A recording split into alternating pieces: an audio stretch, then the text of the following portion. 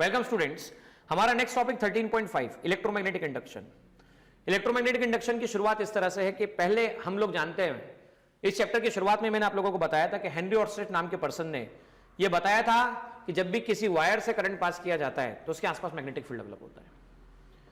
तो कुछ साइंटिस्ट ने, खासकर ऐसा कहा जाए, इंग्लिश फिजिसिस्ट माइकल फेराडे इन 1831, उन्होंने काफी कुछ इस बात पे सोचा कि जब वायर से करंट पास किया गया तो उसके आसपास मैग्नेटिक फील्ड डेवलप हो रहा है, करंट से मैग्नेटिक फील्ड डेवलप हुआ, तो इसका रिवर्स भी तो हो सकता है मैग्नेटिक फील्ड से भी करंट पास हो जाए या मैग्नेटिक फील्ड से करंट डेवलप हो जाए। तो यहां पर थोड़ा सा देखिएगा ध्यान से इस बात को। इलेक्ट्रो तीन हिस्सों में तोड़ूंगा इस समय, मैग्नेटिक और तीसरा हिस्सा है इंडक्शन। यहां इंडक्शन का मतलब क्या है? यहां इंडक्शन का मतलब है विदाउट एनी कॉन्टैक्ट, मैग्नेटिक और आपके पास में इलेक्ट्रो वर्ड है। सुनिएगा, इलेक्ट्रोमैग्नेटिक इंडक्शन। इंडक्शन का मतलब क्या? Without contact. मैग्नेटिक का मतलब क्या? मैग्नेटिक फील्ड का डेवलपमेंट, है ना, मैग्नेट की मदद से। किसका? इलेक्ट्रो मतलब किसका डेवलपमेंट? इलेक्ट्रिक करंट का डेवलपमेंट। तो बिना किसी कॉन्टैक्ट के मैग्नेटिक फील्ड की मदद से अगर इलेक्ट्रिक फील्ड डेवलप होती है तो इस फिनोमेना को इलेक्ट्रोमैग्नेटिक इंडक्शन कहा जाता है। तो यह ऐसा कहते हैं, phenomena of the development of current और EMF with the help of magnet without contact is called electromagnetic induction। तो माइकल फेराडे, इन्होंने ये बात बताई थी कि इन पॉसिबल वेज की मदद से हम मैग्नेटिक फील्ड की मदद से करंट को प्रोड्यूस कर सकते हैं। चलिए एक्सपेरिमेंट और एक्टिविटी से समझते हैं हम लोग इस बात को। हम एक्टिविटी में क्या करेंगे? हमने एक कॉइल ली, ये आपके सामने दिख रहा है आपको। इस कॉइल में ये देखिएगा, ये पूरा एक कॉइल, ठीक है, स्ट्रक्चर, सिलिंड्रिकल स्ट्रक्चर, उस पर हम लोगों ने ये वायर वाउंड किए। ये जो आपको रेड कलर में बता रहा हूं मैं, ये वायर वाउंड किया। यहां पर आपने एक गैल्वेनोमीटर कनेक्ट किया, गैल्वेनोमीटर, उसके बाद में उसके पास में एक नॉर्थ और साउथ मैग्नेट को आप लेके आए, ठीक है ना, नॉर्थ साउथ 12 मैग्नेट को आप लेके आए। आगे सारी एक्टिविटी डिस्कस करने वाले हैं हम लोग, पर ये स्ट्रक्चर समझिए। ये गैल्वेनोमीटर क्या होता है? तो गैल्वेनोमीटर का फंक्शन बेसिकली क्या होता है? तो देखिए यहां पर गैल्वेनोमीटर का बेसिक फंक्शन जो यहां होता है, ये किसी भी जगह पर या किसी भी सर्किट में करंट के एग्जिस्टेंस को बता रहा होता है, उसकी प्रेजेंस को डिटेक्ट करने का काम कर रहा होता है।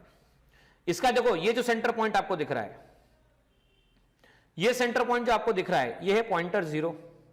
यहां से ये राइट की तरफ भी मोशन कर सकता है और यहां से, इसी जगह से, ये लेफ्ट की तरफ भी मोशन कर सकता है।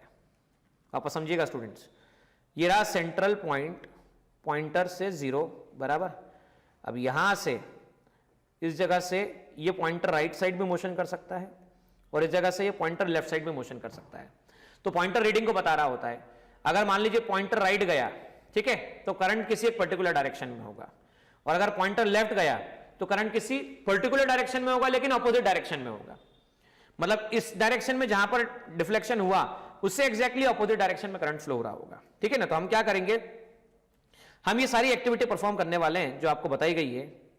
ये देखिएगा, हम कॉइल लेंगे AB जिसमें लार्ज नंबर ऑफ टर्न्स हो, गैल्वेनोमीटर कनेक्ट करेंगे, हम एक 12 मैग्नेट लेंगे जिसका नॉर्थ पोल हम कॉइल की तरफ लेके आएंगे, ठीक है ना, और हम ये देखेंगे कि गैल्वेनोमीटर में क्या बदलाव आया है। तो आपको ये देखने को मिलेगा कि जैसे ही आप 12 मैग्नेट को पास में लेकर आते हो, आप किसको पास में लेकर आते हो? 12 मैग्नेट को पास में लेकर आते हो, मोशन करवा सकते हो, लेके खड़े रह सकते हो और दूर ले जा सकते हो। 12 मैग्नेट को पास ला सकते हो, लेके खड़े हो गए, वापस दूर लेके जा सकते हो, बराबर है। तो क्या क्या ऑब्जर्वेशन हुआ? जब 12 मैग्नेट को केवल स्टेशनरी रखा तो गैल्वेनोमीटर की रीडिंग 0 थी। 12 मैग्नेट को मोशन करवाया तो गैल्वेनोमीटर का पॉइंटर डिफ्लेक्ट हुआ, और 12 मैग्नेट को जब बाहर मोशन करवाया तब भी पॉइंटर डिफ्लेक्ट हुआ, लेकिन अपोजिट डायरेक्शन में, बराबर है। तो ये एक्टिविटी में कुछ ऐसे कंक्लूजन निकले। There is a momentary deflection in the needle of the galvanometer, से to the right, this indicate the presence of current in the coil. The deflection becomes 0 when the motion stops. यही बात जो मैंने आपको हिंदी में बोली, अंग्रेजी में लिखी हुई है। Now withdraw the north pole from the magnet away from the coil. Now the galvanometer is deflected towards the left. मतलब करंट डिफ्लेक्शन अपोजिट डायरेक्शन में हुआ। Set up the current in the opposite direction.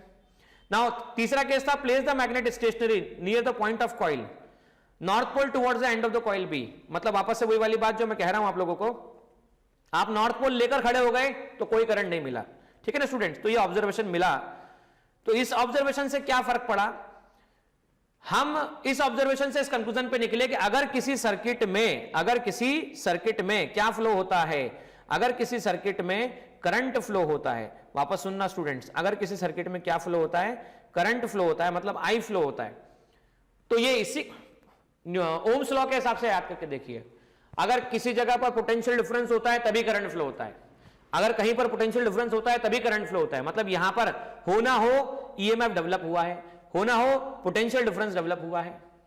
तो हुआ क्या, देखो electromagnetic induction की definition पे आप ध्यान दीजिए। हमने क्या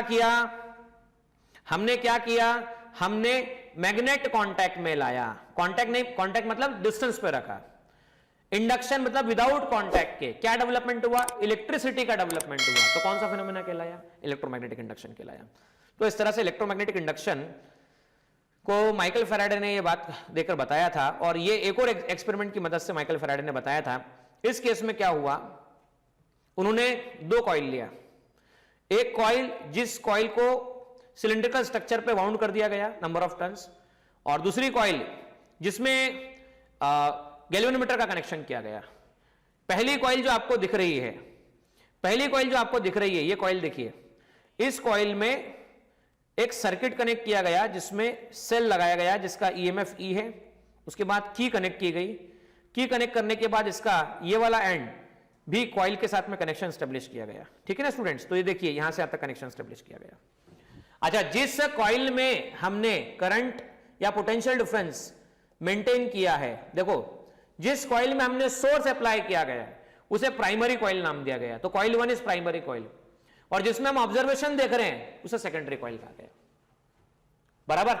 अब देखो फंक्शन क्या होंगे, फंक्शन होगा जैसे ही आप की क्लोज करोगे तो यहां बैटरी के पॉजिटिव टर्मिनल से करंट निकलना शुरू होगा, करंट निकलकर सर्किट में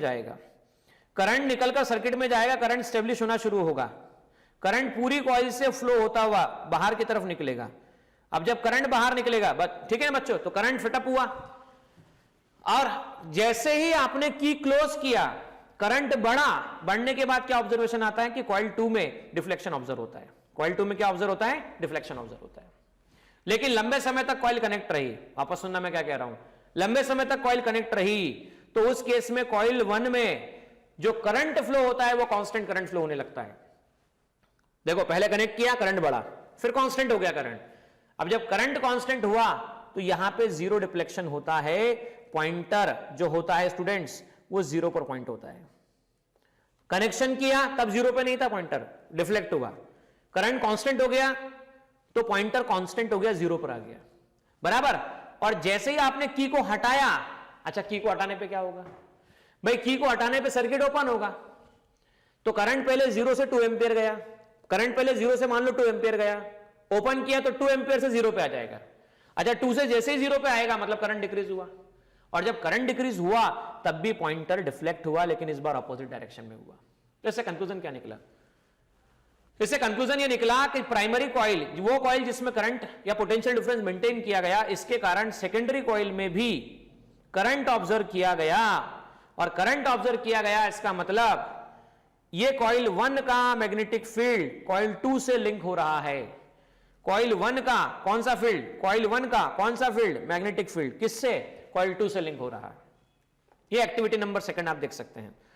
देखो उन्होंने एक और एक्टिविटी जो परफॉर्म की उसको थोड़ा सा हम फास्टली रीड करते हैं क्योंकि मैं आपको ये बात बता चुका हूं, तो बच्चों थोड़ा समझना इस बात को। Now let us perform the activity in which the moving magnet is replaced by the current carrying coil and can be varied. इस केस में क्या कहा गया है, take the 2 coils of copper wire having the number of turn 50 to 100, insert them on non-conducting cylindrical roll, connect the coil 1 having the large number of turns in series with the battery and plug key.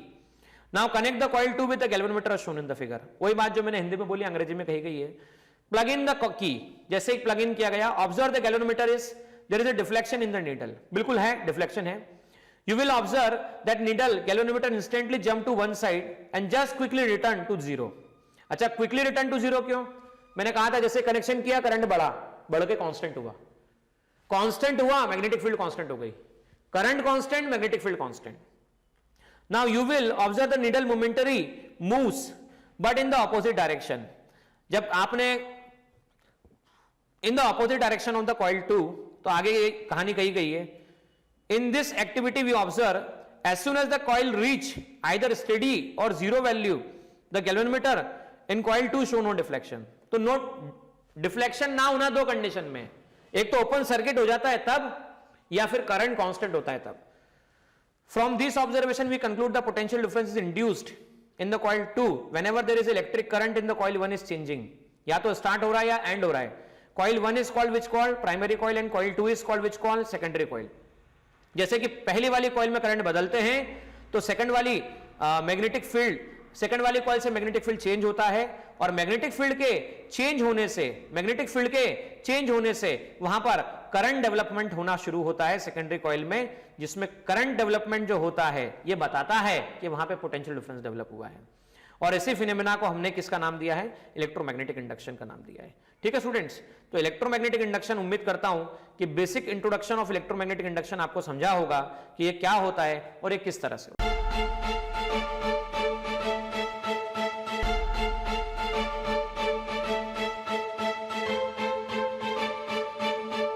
Purohit academy, main branch Prabhat Chowk, MJ college road, Lokmanya हॉस्पिटलच्या बाजूला, जळगाव. आणि Pandey classes जवळ, बंधन बँके शेजारी, traffic गार्डनच्या समोर, जळगाव.